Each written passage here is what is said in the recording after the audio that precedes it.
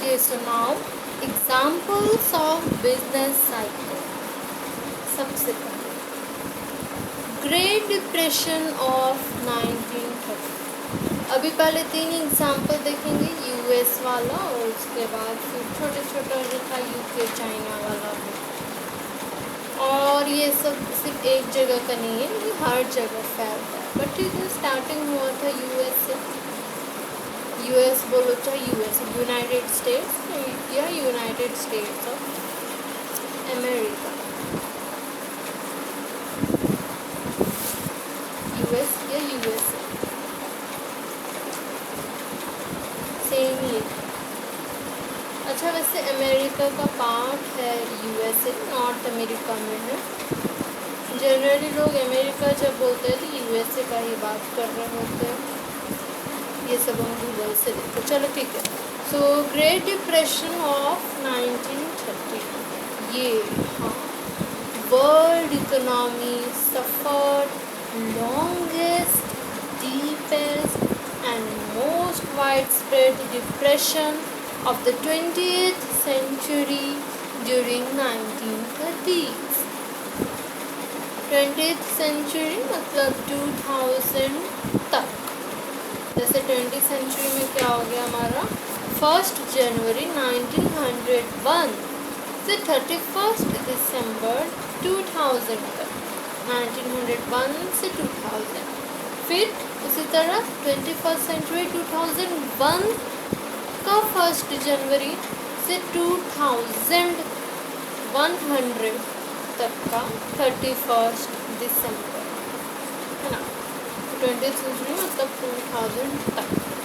तो इसमें world economy suffered longest, deepest and most widespread depression of the 20th century during 1930s।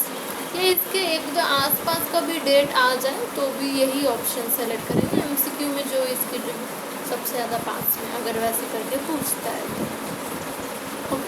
ये वो एक साल का अलग से नहीं ना था, पर ठीक है, 1930 का ही।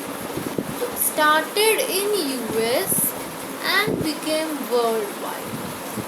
एक जगह होता है तो वैसे भी वो सारे जगह फैलता ही है। ट्रेडिंग रिलेशंस हो गया, बहुत सारा हो गया, इंपोर्ट एक्सपोर्ट होता है, बहुत तरीक़े से इफेक्ट करता है, ठीक है। Okay, so started in US became world wide हो गया था।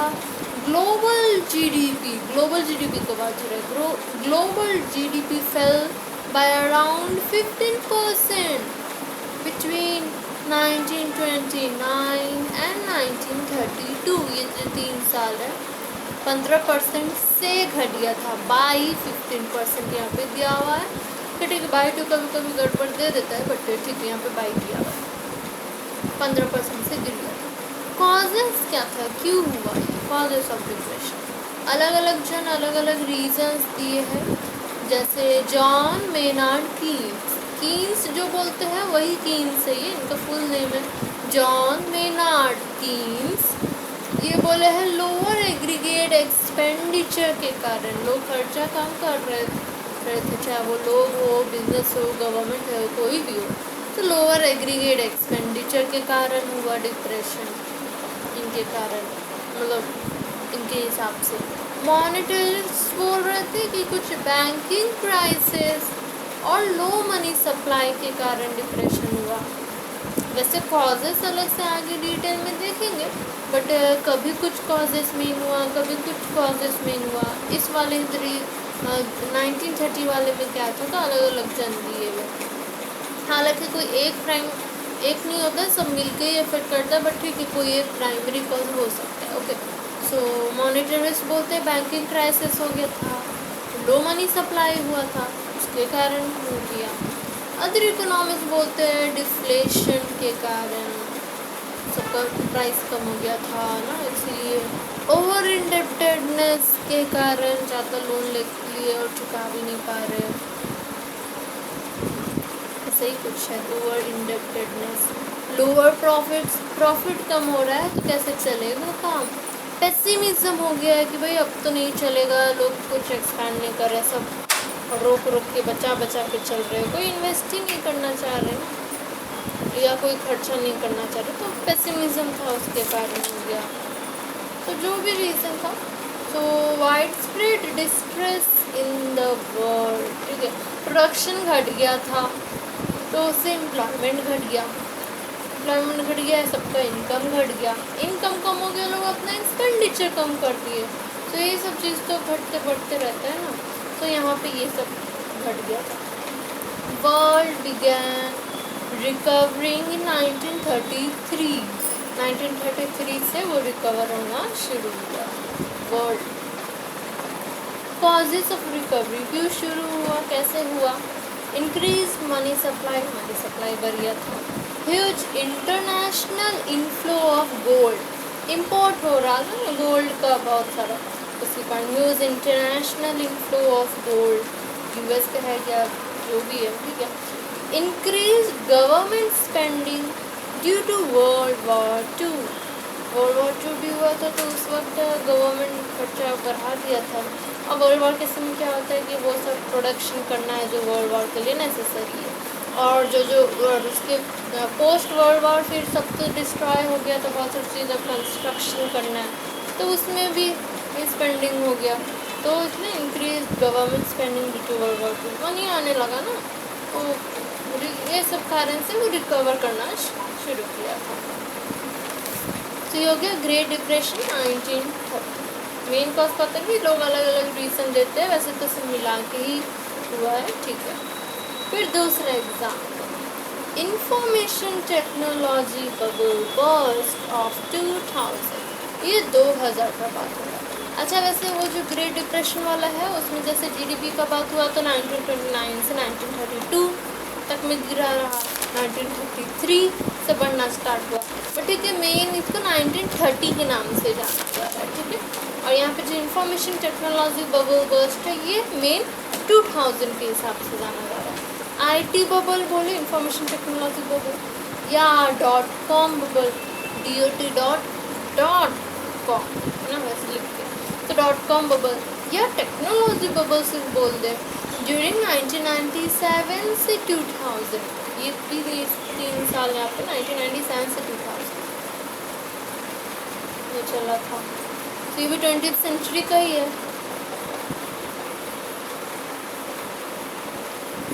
हालांकि बबल टुक प्लेस ड्यूरिंग 1999 से 2001, पर मेनली जब 2000 का ही है, और यहाँ पे चल रहा था 1997 से 2000। तो many new internet based companies .com companies were started. Internet companies जो है, इंटरनेट बेस्ड कंपनीज, उसी का कॉमनली उसको .com कंपनीज बोल देते हैं ना। Okay, so many new internet based companies .com companies were started. Low interest rates in 1998 से 99 के समय इंटरेस्ट रेट कम था। encouraged the startup internet companies to borrow from the markets। Interest rate कम कर दिया गया था इंटरनेट कंपनीज के लिए, शायद अलग से या जिसके लिए भी, तो उस वक्त इंटरेस्ट रेट कम था, तो वो लोग इंकरेज उन लोगों को किया जा रहा था कि इंटरनेट कंपनीज वो लोग करें, तो वो लोग फिर आए, स्टार्टअप हुए, बोरो किए मार्केट से। Venture capitalists invested huge amount. देखो वेंचर कैपिटलिस्ट क्या हो गया, जैसे अलग अलग इन्वेस्टर्स लोग जुड़े हैं एक फर्म कंपनी, जो भी हाँ कंपनी बनाया है वेंचर, तो सब लोग मिल के खर्चा कर रहे हैं और अलग अलग जगह कर रहे हैं, वो हो गया वेंचर कैपिटल। एक होता है एंजल इन्वेस्टर, एक अकेला अलग से इन्वेस्ट कर रहा है और साथ ही साथ उसमें काम भी कर रहा होगा। वेंचर कैपिटलिस्ट जनरली काम नहीं करते, वो सिर्फ इन्वेस्ट करते हैं। खैर जो भी आगे डिटेल में देखेंगे आगे लेवल में, फाउंडेशन में तो नहीं, ठीक है। सो इन्वेस्टर्स का ही बात हो रहा है। सो वेंचर कैपिटलिस्ट के investors invested huge amount due to rapid growth of internet and seeing vast scope in this area। इस एरिया में तो पूरा वास्ट स्कोप दिख रहा था, भाई इंटरनेट कंपनीज अच्छा बढ़ेगा, इसमें लोग अच्छे से इन्वेस्ट कर रहे थे। इन्वेस्टर्स वेर लेस कॉशियस, उतना कुछ नहीं था, अच्छा इंटरनेट वाला है, हाँ चलो दे देते, इन्वेस्ट कर देते। There was great rise in their stock prices. Internet companies का जो भी था सबका स्टॉक प्राइसेस बहुत बढ़ गया था, Companies could cause their stock prices to increase by simply adding e prefix to their name or .com to the end. जो भी नाम है, ठीक है, कंपनी का जो भी नाम है, उसमें सिर्फ अगर ई लगा दिए ना, ई ये ई वो, तो जो तो ये देख के या फिर जो .com है कि ये .com वो .com प्रीफिक्स जो भी ये सब ऐड कर दिए, खाली नाम में इतना ऐड कर देने से स्टॉक प्राइसेस सबका बढ़ गया था। अरे .com कंपनी तो चलो लोग इसमें इन्वेस्ट करते, ई कंपनी अरे वाह इसको इन्वेस्ट इसमें करते, तो उसका स्टॉक प्राइसेस बढ़ जाता था खाली नाम लगा देने से। अंदर क्या है नहीं है, जो हो नाम लगा दिए स्टॉक प्राइसेस बढ़ जाता था। These companies offered their services or end products for free with the expectation that they could build enough brand awareness to charge profitable rates for their services later. Starting में जैसे growth पे वो लोग focus किए, brand create करने में focus किए, अपना जो भी सर्विस था प्रोडक्ट्स था फ्री में दे रहे थे। ये एक्सपेक्ट कर रहे थे कि अभी एक बार अच्छे से ब्रांड अवेयरनेस हो जाए, कि बहुत सारी कंपनी आ रहे हैं ना, सबको मेरा कंपनी को पता रहेगा इस इंटरनेट के बारे में, ये सब जो भी एक न्यू आया पता रहेगा, तब तो आगे बढ़ेगा। तो स्टार्टिंग में फ्री में कर दिए कि चलो अभी फैलाते हैं ग्रोथ के लिए, और बाद में जब सब वो लोग इसके हैबिचुअल हो जाएंगे, सबको अवेयरनेस हो जाएगा, अच्छा ये वाला ब्रांड है, तो लोग पैसे देने को तैयार हो जाएंगे। उस वक्त ये लोग प्रॉफिटेबल रेट्स में कुछ चार्ज करेंगे अपनी सर्विस के लिए बाद में, तो ये सोच के अभी पूरा फ्री सब लोग करने लगे। The growth over profits mentality, profit का भी नहीं देख रहे, ग्रोथ का ज़्यादा देख रहे। So the growth over profits mentality led some companies to engage in lavish internal spending such as elaborate business facilities। ठीक है, ग्रोथ ओवर प्रॉफिट्स वाला था, ठीक है, एक तरीके से सही है, लेकिन फिर भी कितना बहुत ज़्यादा ही ये लोग खर्चा करने लगे थे। लैविश इंटरनल स्पेंडिंग जहाँ तहाँ लोग खर्चा करने लगे थे, बहुत सारे बिजनेस फैसिलिटीज़ दे रहे थे, चाहे इंटरनल स्पेंडिंग, इंटरनल यहाँ पे शायद से एम्प्लॉयज़ का हो गया, कस्टमर का भी हो गया, जो भी है, तो बहुत सारे इधर खर्चा कर दे रहे थे, लैविश इंटरनल स्पेंडिंग है, तो भाई दिक्कत आएगा। These companies could not sustain long, ज़्यादा समय तक टिक नहीं पाया। Collapse of bubble took place during 1999 से 2001, तो ये जो बबल बन रहा था टेक्नोलॉजी बबल, और ये बबल टूट गया 1999 से 2001, कोलैप्स हो गया।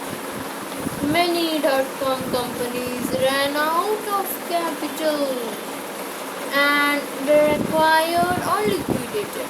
ठीक है, ग्रोथ और प्रॉफिट वाला रखे हुए थे, लेकिन उनको फिर तो कैपिटल चाहिए था ना, ठीक है, बोरो तो कर लिए, चुकाना भी है, कैपिटल तो चाहिए, कैपिटल कहाँ से लाए, तो कैपिटल ख़त्म होने लगा, कैश में सब था नहीं, सो रैन आउट ऑफ कैपिटल। तो क्या हुआ कि वेदर दे वेयर एक्वायर्ड, मतलब कोई और बड़ी कंपनी उसकी छोटी जैसे बड़ी मछली छोटी मछली को खा जाती है ना, यहाँ पे बड़ी कंपनी इसको खरीद ली, या लिक्विडेटेड, बंद हो गया, शटडाउन हो गया, डूब गया, पूरा एकदम बंद कर दिया ये, ठीक है। लिक्विडेटेड मतलब कन्वर्टेड इनटू कैश, सब बेच बाच के खत्म, ओके। एक्वायर्ड मतलब कोई और कंपनी ले लिया, लिक्विडेटेड पूरा कैश में कन्वर्ट हो गया और खत्म, ठीक है। एक्वायर्ड वाला चल रहा है, भले कोई और चला रहा है।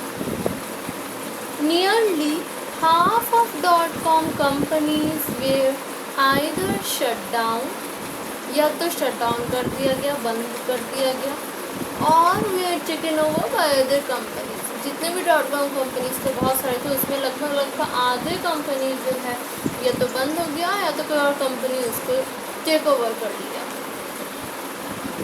मतलब वही एक्वायर या लिक्विडेटेड।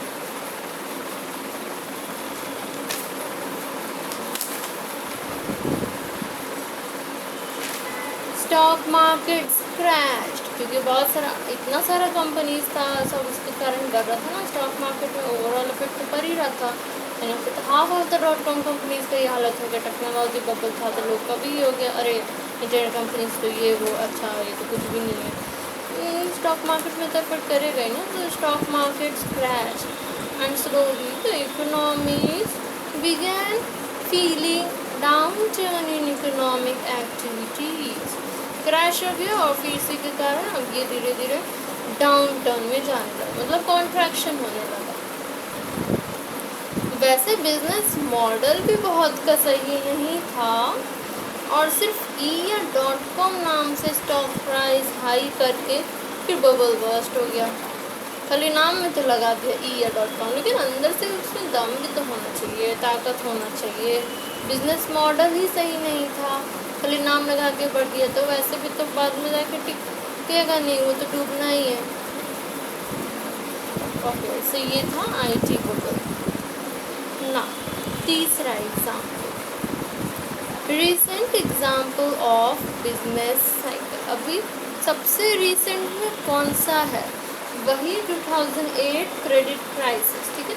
तो recent example of business cycle, global economic crisis के नाम से जाना जाता है। ग्लोबल इकोनॉमिक क्राइसिस 2008 या 9, 8 से 9, ग्लोबल इकोनॉमिक क्राइसिस 2008 से 9, या क्रेडिट क्राइसिस ऑफ 2008, या हाउसिंग बबल ऑफ 2008। हाँ, तो हाउसिंग वाला ही क्या करें ना, क्रेडिट क्राइसिस इसलिए क्योंकि बहुत सारे लोग लोन दे रहे थे ना हाउसिंग के लिए, और उसमें जो लूपहोल हुआ था, गड़बड़ हुआ था इसलिए। और ये लेटेस्ट है इसलिए recent example of business cycle heading डाल दिया गया। ओके, से 2008, ये 2008 से हुआ क्या था? After IT bubble burst of 2000, the US economy went into recession. अब इसके बाद तो वो रिसेशन में चला गया। सो US फेडरल रिजर्व, मतलब सेंट्रल बैंक ऑफ US, जैसे इंडिया का होता है ना reserve bank of India, India का सेंट्रल बैंक कौन है? Reserve bank of India. उसी तरह US का सेंट्रल बैंक कौन है? US federal reserve, US federal reserve, central bank of US, ठीक है। तो IT बबल के बाद रिसेशन में आने लगा था, US इकोनॉमी आ गया था, तो US फेडरल रिजर्व क्या किया? Reduce the rate of interest rate घटा दिया। ये सिचुएशन कंट्रोल करने के लिए इंटरेस्ट रेट घटाएगा ताकि लोग ज़्यादा इन्वेस्ट करेंगे, बोरो करेंगे, मनी सप्लाई बढ़ेगा, तो इसलिए इंटरेस्ट रेट घटा दिया जाता है ना, जैसे बहुत सारा फिस्कल मॉनिटरी पॉलिसी होता है।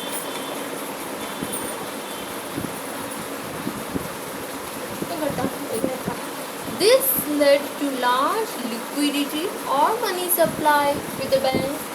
बैंक के पास और लोग बैंक ज़्यादा ऑफर कर सकते हैं क्योंकि इंटरेस्ट रेट घट गया, तो ओवरऑल अगर देखें तो वो ज़्यादा लोन दे सकते हैं ना, मनी सप्लाई ज़्यादा, लिक्विडिटी ज़्यादा कैश में हो गई। So this led to large liquidity और money supply with the banks. Credit became cheaper. Obviously interest rate कम है तो क्रेडिट बिकेम चीपर, लोग के लिए ठीक रहेगा। Households even with low credit worthiness began to buy houses. ऐसे तो जिसको खरीदना है ठीक है, पर जिसके पास लो क्रेडिट वर्थिनेस है वो लोग भी घर खरीदने लगे। डिमांड फॉर हाउसेस इंक्रीज, तो बढ़ गया, so prices also increase। तो इसी तरह डिमांड हाउसेस का बढ़ते जा रहा था, प्राइस भी बढ़ते जा रहा था, और सबको लगा कि अब तो ये बढ़ेगा ही, ज़मीन बचेगा नहीं, घर खरीदना है, तो पूरा उसका प्राइस भी हाई जा रहा है, डिमांड भी हाई जा रहा है, और डिमांड हाई जा रहा है, लोगों को लोन भी आसानी से मिल जा रहा था। Households and banks believe that prices would continue to rise. सबको लगा, बैंक को भी लगा, हाउस होल्ड्स को भी लगा कि दाम तो बढ़ते रहेगा, और बैंक तो आराम से लोन दे रहा है, अरे अच्छा हाउस के लिए आया है, चलो भाई लोन दे दो, फ़ायदा ही है। Excess liquidity with banks and availability of new financial instruments, और जो भी है, led banks to lend without checking the credit worthiness of borrowers. तो बैंक के पास इतना लिक्विडिटी था, availability of new financial instruments, वो लोग आराम से लोन दे सकते हैं वो लोग बिना चेक किए बिना क्रेडिट वर्दीनेस चेक किए हुए बोरोवर्स को दे देते थे। ये क्रेडिट वर्दीनेस मतलब क्या पॉसिबिलिटी है वो चुका पाएगा कि नहीं, कितना इनकम आ रहा है, कुछ एसेट्स है या नहीं कोलैटरल के लिए, बिना चेक किए सीधे वो लोग दे देते थे। वैसे तो बिग शॉट में मूवी में देखे थे कि bank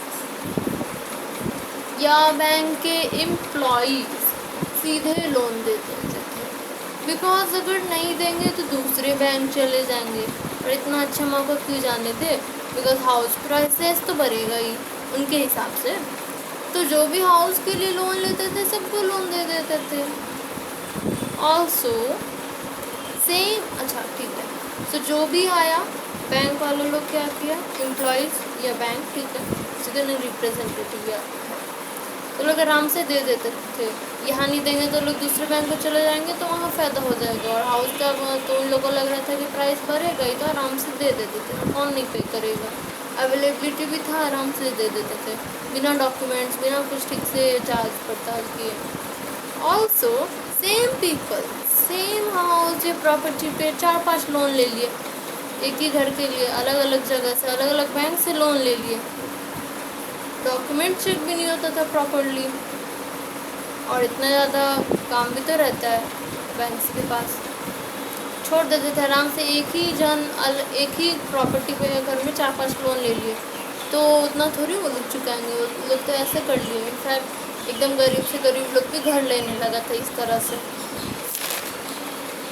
loans were given even to subprime households and also to those persons who had no income or assets. सब प्राइम हाउस होल्ड मतलब जिनका लो क्रेडिट वर्दीनेस है और जो लोगों के पास ना कोई इनकम है ना कोई फिक्स एसेट्स है कि प्रॉपर्टी रखा हुआ है, लोन नहीं चुका पाएंगे तो ये बिक जाएगा, वैसा कुछ भी नहीं है, इनकम भी अच्छा खासा नहीं है तो भी लोन उन लोगों को मिल जाता था, कोई चेक नहीं किया जाता था, और होता था कि ठीक है ना दे ही देते, लोन तो है ही और दाम तो बढ़ने ही वाला है तो फ़ायदे में। Houses were built in excess during the boom। देखो रिसेशन तो आ गया था IT बबल के बाद, फिर ये सब जो हाउसिंग वाला जो आने लगा था उस वक्त फिर वो वापस बूम में भी चला गया था। तो houses were built in excess during the boom, बहुत सारा बनने लगा, and due to the oversupply in the market, house prices began to decline in 2006। तो 2000 में जो ये IT बबल हुआ उसके बाद रिसेशन होने लगा था, फिर इंटरेस्ट रेट घटा दिया गया था। कब घटाया गया ईयर तो नहीं दिया हुआ बट ठीक है, इंटरेस्ट रेट घटा दिया गया था और उसके बाद फिर हाउसेस वाला ये सब हुआ। फिर 2006 में उसका दाम गिरना शुरू हो गया, घर भी कितना बनाएगा, सब पूरा बनने लगा था, बहुत ज़्यादा एक्सेस में होने लगा था, तभी तो बबल बर्स्ट हो गई ना, हाउसिंग बबल जो है। ओवर सप्लाई हो रहा था हाउसेस के लिए, बहुत सारी चीज़ चाहिए होता है ना, सीमेंट ईटा जो भी है सबका डिमांड भी बढ़ रहा था, प्राइस भी बढ़ रहा था, क्या ठीक है। तो डिमांड अब क्या होने लगा, हाउस कितना बनाएगा तो डिमांड कम होने लगा, सप्लाई उसका बहुत उसी तरह कंटिन्यू वही है, डिमांड कम सप्लाई ज़्यादा, ओवर सप्लाई होने लगा था मार्केट में, तो प्राइस घट गया, सबको लग रहा था बढ़ेगा, अब तो 2006 में घटने लगा। Housing bubble got burst in the second half of 2007। ठीक है, 2006 में प्राइसेस घटना शुरू हो गया, लेकिन फिर एक्चुअली में बबल बर्स्ट हुआ, ये कि ये भाई ये तो हाउसिंग बबल था उस हिसाब से एकदम से ठीक है शुरू हो गया था घटना, लेकिन एकदम से जो बर्स्ट वाला होता है ना 2007 के सेकेंड हाफ में बर्स्ट हुआ। Big fall in prices of houses which were held as mortgage, the subprime households started defaulting on a large scale in paying off their installments।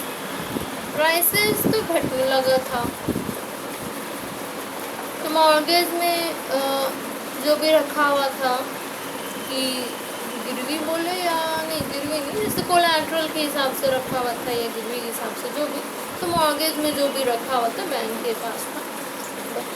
तो with falling prices of houses which were held as mortgage में रखा हुआ था, the sub prime house hold, उनके पास income है नहीं, started defaulting on a large scale, कोई पैसा है नहीं, वो लोग चुकाएगा कहाँ से। हाँ, तो ये समझता नहीं था, तो वो लोग चुका तो रहे थे नहीं। Started defaulting on a large scale, बहुत लोग, वैसे भी एक जन अलग अलग जगह से लोन लिया हुआ है कुछ कुछ, तो थोड़ी ना हर जगह सब लोग देते रहेगा। डिफ़ॉल्टिंग मतलब यही है कि पैसा नहीं दे रहा है, डिफ़ॉल्ट कर रहा है। In paying off their instalments, जो भी इंस्टॉलमेंट्स में देना था वो लोग तो किए नहीं।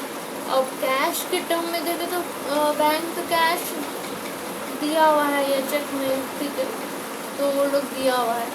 इंस्टॉलमेंट्स में यहाँ पे उन लोग के पास नहीं है, भले ठीक है घर का अगर डॉक्यूमेंट्स भी अगर रखा हुआ होगा तो भी वो लोग क्या करेगा, ज़रूरत तो कैश का है ना, और कोई खरीदेगा भी नहीं, ऑक्शन भी होगा तो लोग तो अपना घर नहीं खरीद रहा है। खैर एनीवेज जो भी है, सो डिफॉल्टिंग होने लगा था। This causes huge losses to the banks, सब तो सोच रहे थे आराम से भरेगा, अब तो डिफ़ॉल्ट होने लगा। तो huge losses to the banks and the financial institutions, जो भी है, had a chain effect on whole US economy and the world economy. तो बैंक्स का तो ह्यूज लॉसेस हुआ, बैंकिंग क्राइसिस आ गया, तो चेन इफेक्ट तो होगा ही, तो पूरे US इकोनॉमी में इसका असर पड़ा और फिर पूरे वर्ल्ड इकोनॉमी में। तो इसलिए 2008 का है, नाम से वैसे ये जाना जाता है। 2008-9 का है बबल बस्ट, भले वो 2006 में प्राइस घटना शुरू हुआ था, 2007 का सेकेंड हाफ में bubble got bust, but crisis वाला चीज़ एक्चुअल में कब होने लगा, ग्लोबल इकोनॉमिक क्राइसिस, वो 2008-9 का है। ओके, सो ये हो गया हाउसिंग क्राइसिस या recent economic crisis, global economic crisis of 2008 या 2009।